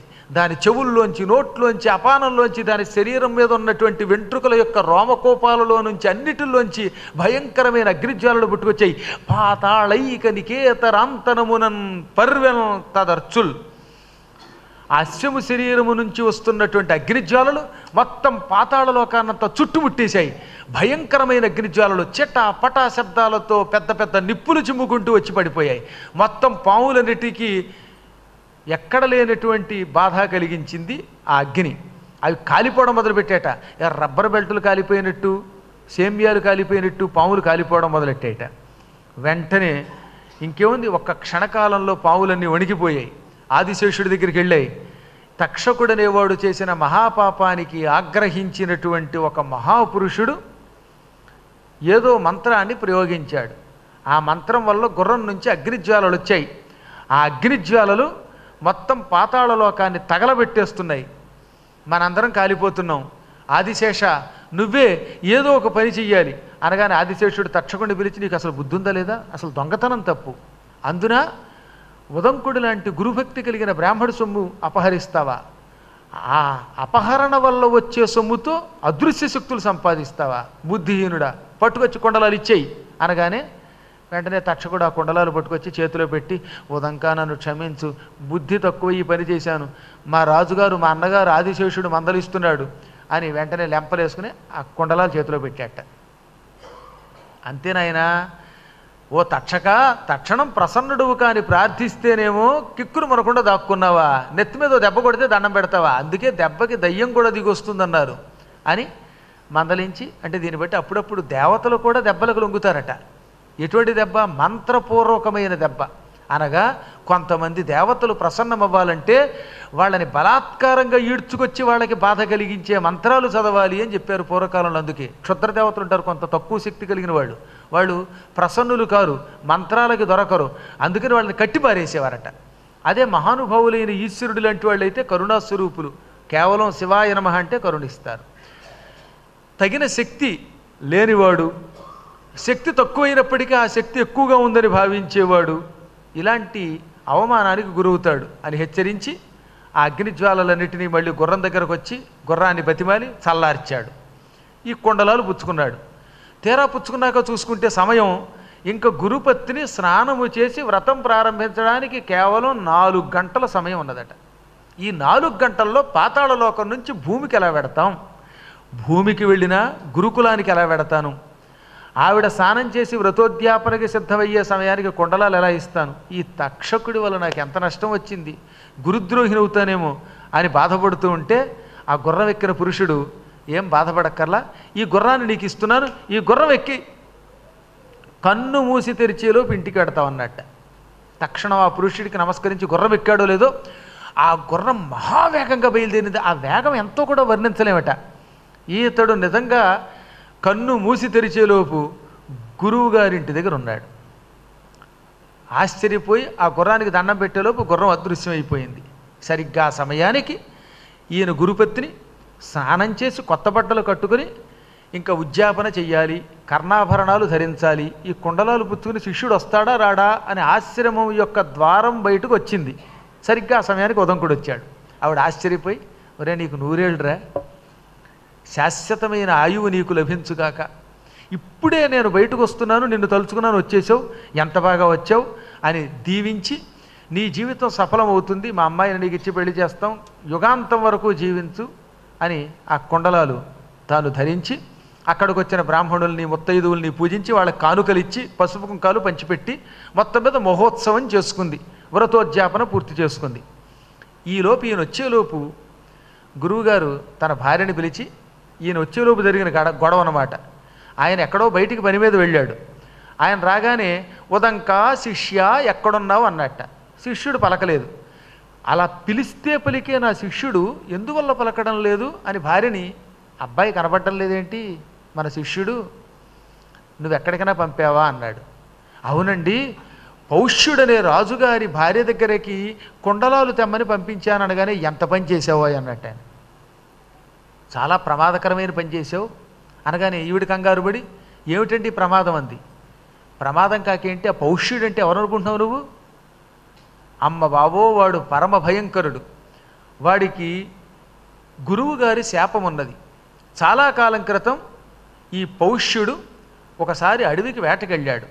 అక్కడ ఒక రాక్షసుడిని సంహరించాడు. ఆ రాక్షసుడికి ఒక తమ్ముడున్నాడు. వాడు ఈ పౌష్యుడి మీద కక్ష కట్టాడు. అందుకని వీడు ఓ మనిషి వేషం వేసుకొచ్చి పౌష్యుడి దగ్గర చేరి, నేను వంటవాడినండి, మీ దగ్గర వంట చేసి పెడతానండి అని అక్కడ వంటలవాడిగా కుదిరాడు. మంచి రుచిగా రాజుగారికి వంటలు చేసి పెట్టేవాడు. దాంతో రాజుగారు వాడిని ఏకంగా మహానస గృహాధ్యక్షుడిని చేసేశాడు. అంటే వంటశాలకు అధ్యక్షుడిని చేశాట, ప్రెసిడెంట్ని చేసేశాడు. వాడు సమయం కోసం ఎదురు చూశాడు ఈ రాజుగారి మీద కక్ష తీర్చుకోవడానికి. వాడు రాక్షసుడు కదా, మా అన్నను చంపిన ఈ రాజుగారి అంతం చూడాలని ఎదురు చూస్తున్నట్ట. రాజుగారితో యుద్ధం చేస్తే ఒక్క దెబ్బగా చంపేస్తాడు రాజుగారు. ఇక్ష్వాకు వంశస్థులు మహాపరాక్రమవంతులు, వాళ్ళతో రాక్షసులు యుద్ధం చేయలేరు. అందుకే ఇతను కుట్రతో పడగొట్టాలనుకున్నట్ట. అనుకోకుండా వాళ్ళకు శ్రాద్ధం వచ్చింది. పౌష్యుడి ఇంట్లో పితృకార్యం వచ్చింది. శ్రాద్ధమునకు పూర్వం మాంసమే పెట్టాలని ఒక నియమం ఉండేది ఆ రోజుల్లో. ఇప్పుడు కలియుగంలో మాష చక్రాలు పెట్టాలి, గారెలు. పూర్వం ఏదన్నా మేషం వంటి వాటిని పెట్టేవారు. అందుకని ఏం చేశాడు ఈయన, గురువుగారు వశిష్ఠుణ్ణి పితృకార్యానికి భోజనానికి రమ్మని చెప్పి, గురువుగారు రేపు ఉదయం మా ఇంట్లో పితృతిథి, భోజనానికి రండి, మంచి మేక మాంసంతో మీకు భోజనం పెడతానన్నాడు. గురువుగారు వచ్చారు. ఆ సమయానికి వీడేం చేశాడు, ఈ రాక్షసుడు ఇంట్లో ఉన్నాడుగా వంటింట్లో, వాడు నరమాంసం పట్టుకొచ్చి ఎక్కడో పాతి పెట్టిన శవం, పైగా అది కర్మ, ఆ శవాన్ని పట్టుకొచ్చి ఆ మాంసాన్ని వండి గురువుగారి యొక్క స్తట్లో వేశాడు. గురువుగారు తీరా ఆపోసిన పట్టబోయే సమయంలో అది నరమాంసం అని అర్థమైంది. దౌర్భాగ్యుడా, పితృకార్యంలో నరమాంసం పెడతావా? వెంటనే నువ్వు రాక్షసుడు అయిపో, రాక్షసులే నరమాంసం తింటారు, అందుకని రాక్షసోభవా అన్నాడు. ఈయన కోపం వచ్చింది. ఇదేమన్యాయం అండి, అసలు నేను పెట్టాలనుకున్నది ఏమిటి, పితృకార్యం, దానికి ఏదో పవిత్రాన్నం పెట్టాలనుకున్నాను, నరమాంసం నేను ఎందుకు పెడతాను, వెనక ముందు చూడకుండా చెప్పిస్తావా, నిన్ను కూడా చెప్పిస్తున్నాను, నువ్వు నాశనం అయిపోతావు అని కమండలలో నీళ్లు తీసుకుని మంత్రించి గురువుగారిని చెప్పించడానికి ఆయన మీద చల్లబోతూ ఉంటే టక్కన ఆయన భార్య మదయంతి చెయ్యి గట్టిగా పట్టుకుని, తప్పు తప్పు, గురువుగారు కోపం వచ్చి శాపం పెడితే మాత్రం, తిడితే మాత్రం గురువుగారిని మనం శాపం పెడతామా, ఆయన్ని తిడతామా? గురువులకు అపచారం చేయకూడదు. గురువుగారు కొట్టినా తిట్టినా మనం మాత్రం అపచారం చేయకూడదు. ఆ నీళ్లు ఆయన మీద చల్లకు, శాపం పెట్టకనగానే మంత్రం చదివాను, చేతిలోకి నీళ్లు తీసుకున్నాను, ఈ నీళ్లు ఆయన మీద చల్లకపోతే ఎవరో ఒకడి మీద చల్లాలి, నేను ఈ నీళ్ళు ఎక్కడ చల్లితే అక్కడ ఉన్న వాళ్ళంతా చచ్చిపోతారు, ఆ నీటికి అంత శక్తి ఉంది, ఎలా అని ఆలోచించి ఇంకెందుకులే అని ఆ నీళ్లు తన కాళ్ళ మీద చల్లుకున్నాడు. వెంటనే ఆయన కాళ్ళు పొక్కిపోయి తెల్లని మచ్చలు వచ్చేసేట. అంటే ఆయన ఎంత గొప్పవాడో ఆలోచించండి. ఆ శాపజలం చల్లుకోవడం వల్ల కాళ్ళకి మచ్చలు వచ్చి అప్పటి నుంచి కల్మాషపాదుడు అన్నారు ఆయన. కల్మషపాదుడు కల్మాషపాదుడు రెండూ సాధువే. పౌష్యుడు కాస్త కల్మాషపాదుడు అయిపోయాడు. ఇప్పుడు రాజుగారు శాపవశాత్తు రాక్షసుడు అయిపోవడం వల్ల వశిష్ఠుడి దగ్గరికి వెళ్ళి, ఇలా రాక్షసుడిగా ఉండి పరిపాలన ఏం చేస్తాను మహాత్మా, నన్ను క్షమించనగానే అప్పుడు ఆయన గుర్తుకొచ్చింది, ఒరే పొరపాటున శాపం పెట్టానరా, ఇది నీ తప్పు కాదు, ఆ దౌర్భాగ్యుడు వంటవాడు రాక్షసుడు, వాళ్ళ అన్నను చంపడం వల్ల కక్షగట్టి నీకు నా ద్వారా శాపం రావడానికి ఎంత కుట్ర పన్నాడు, నేను తొందరపడి శపించాను, ఆ రాక్షసుడిని సంహరించని వాడి సంహరించమన్నాక వాడు సంహారం అయిపోయాక, రాక్షస సంహారం అయిపోయాక నీ శాపంలో మార్పు చేస్తున్నాను, ఇచ్చిన శాపమును పూర్తిగా వెనక్కి తిప్పుకోలేను, కానీ శాపంలో కొంచెం మార్పు చేస్తాను. పగటిపూట నువ్వు రాజుగా ఉంటావు, చీకటి పడిన తర్వాత మళ్ళీ రేపు సూర్యోదయం వరకు మాత్రం రాక్షసుడు అయిపోతావు, రాత్రులు రాక్షసుడిగా పగలు రాజుగా, ఇలా 1000 ఏళ్ళుండు అన్నట్టు. పాపం ఆ 1000 ఏళ్ళు ఆయన ఏమయ్యేది, పగలంతా రాజుగానే ఉండేవాడు మనిషిగా, రాత్రి చీకటి పడుతుంటే రాక్షసుడు అయిపోతాడు. రాక్షసుడిగా ఉంటే అంతఃపురంలో ఉంటే ప్రమాదం, తన సాటి వాళ్ళని తినేయచ్చు, బంధువుల్ని తినొచ్చు, సైనికుల్ని తినొచ్చు, అందుకని చీకటి పడే సమయానికి అడవికి పోయేవాడు. ఇప్పుడు ఆ రాజుగారి దగ్గరికి మన కుర్రాన్ని పంపావు, వీడి కర్మగారి మధ్యాహ్నం బదులు ఏ చీకటి పడ్డాకో పెడితే ఈయనకి భోజనం పెట్టడు, ఈయనే ఆయనకి భోజనం అయిపోతాడు. ఎలా వెనక ముందు చూడకుండా పంపామంటే ఆవిడ కంగారు పడి, ఏమండి మీరు ఇంత మహామహిమ కలిగిన వారు, మన శిష్యుణ్ణి ఆ ఉదంకుడిని మీరు రక్షించలేరా అనగానే ఆయన వెంటనే జపం చేసి, నా జపశక్తిని ధారపోస్తున్నాను, ఈ జపశక్తి వల్ల ఎట్టి పరిస్థితులలో చీకటి పడాక రాక్షసుడిగా మారిన రాక్షసుని దగ్గరికి మనవాడు వెళ్ళాడు, మనవాడు పగలే వెడతాడు, ఈ వరం ఇస్తున్నాను అన్నట్ట. అంటే గురువుగారి కటాక్షం వల్ల ఆయన మధ్యాహ్నం వెళ్ళాడు, లేకపోతే చీకటి పడాకే వెళ్ళేవాడు. అప్పుడు నా పురాణం వినడానికి కాదు, ఆయన కడుపులోకి వెళ్ళిపోయి కాలహరణం అయిపోయేవాడు. ఈ విధముగా శిష్యుణ్ణి రక్షించాడు ఆయన. ఎప్పటికప్పుడు గురువుగారి పాదాలు ధ్యానించడం వల్ల వచ్చిన లాభం అది. ఇప్పుడు ఆ గురువుగారి దగ్గరికి ఈయన వచ్చాడు. వచ్చి కుండలాలు ఇచ్చాక, వ్రతం అయ్యాక గురువుగారికి గురువుగారి పత్నికి పాదాలకి నమస్కరించగానే ఏమీ ఎరగనట్టుగా పైలుడు ఇలా అన్నట్ట, ఈయున్న పౌష్యుపాలికి పోయి కడుల్ పెద్దదవ్వు పోయిన ఎట్లు అత్యాయత విఫలతమో మహిమా, అత్యాయత విమలతపో మహిమా, ఇన్ని దినంబులేల మసలితి చెప్పుమా. సాధారణంగా ఇక్కడి నుంచి ఇక్కడికి వెళ్ళి రావడానికి ఇంతకాలం పట్టదు. దగ్గరలో ఉన్న మహారాజు గారి దగ్గరికి వెళ్ళి రావడానికి ఇంత ఆలస్యం ఎందుకు అయ్యింది? ఎప్పుడూ రావలసిన వాడివి, ఎందుకు ఇంత ఆలస్యం చేశావు అన్నాడు. ఆయన రాక్షసుడని తెలిసినికి అక్కడికి వెళ్లకుండా రక్షించింది గురువుగారే. పైగా ఈయన ఎక్కడికి వెళ్ళాడో ఇవేమి తెలియనివాడా, అయినా ఏమీ ఎరగనట్టుగా గురువుగారు అమాయకంగా అడిగినట్టు, ఎందుకెంత ఆలస్యం చేసావురా, ఎప్పుడో రావలసిన వాడివి, ముందొచ్చేసి ఉంటే గురుపత్నికి అయ్యో ఉద్యాపన చేసుకోవడానికి ఇంకా శిష్యుడు రాలేదే అనే ఒకనొక ఆత్రం ఉండేది కాదు కదా అనగానే, అప్పుడు అయ్యా నేను మీరు అన్నట్టుగానే ముందే వెళ్ళి రావలసిన వాడినేనండి, కానీ తక్షకుడనే ఒక పాపాత్ముడి వల్ల నీ కష్టాలు పడ్డా అని జరిగిందంతా చెప్పి, ఇప్పుడు నాకు ఒక అనుమానం అండి, నేను వెడుతూ ఉండగా ఒక ఎద్దు వచ్చింది, ఆ ఎద్దు మీద ఒక మహాపురుషుడు ఉన్నాడు, వాడు పేడ తినమన్నాడు. ఆ ఎద్దెవరు, ఆ పేడెవరు, ఆ పురుషుడెవరు? తర్వాత నేను పాతాళానికి వెళ్ళాను, ఆ పాతాళానికి వెళ్ళడానికి గుణపం ఇచ్చిన వాడెవడు? ఆ లోపలికి వెళ్ళిన తర్వాత 12 ఆకులు కలిగిన ఒక చక్రాన్ని 6 పురుషులు తిప్పుతున్నారు, వాళ్ళెవరు? అందులోంచి వచ్చిన తెల్ల నల్లని దారాలతో మగ్గం మీద వస్త్రం నేస్తున్న 2 స్త్రీలెవరు? నాకు అక్కడ ఒక పెద్ద గుర్రం, ఆ గుర్రం మీద ఎక్కున్న ఒక మహాపురుషుడు కనబడ్డారు.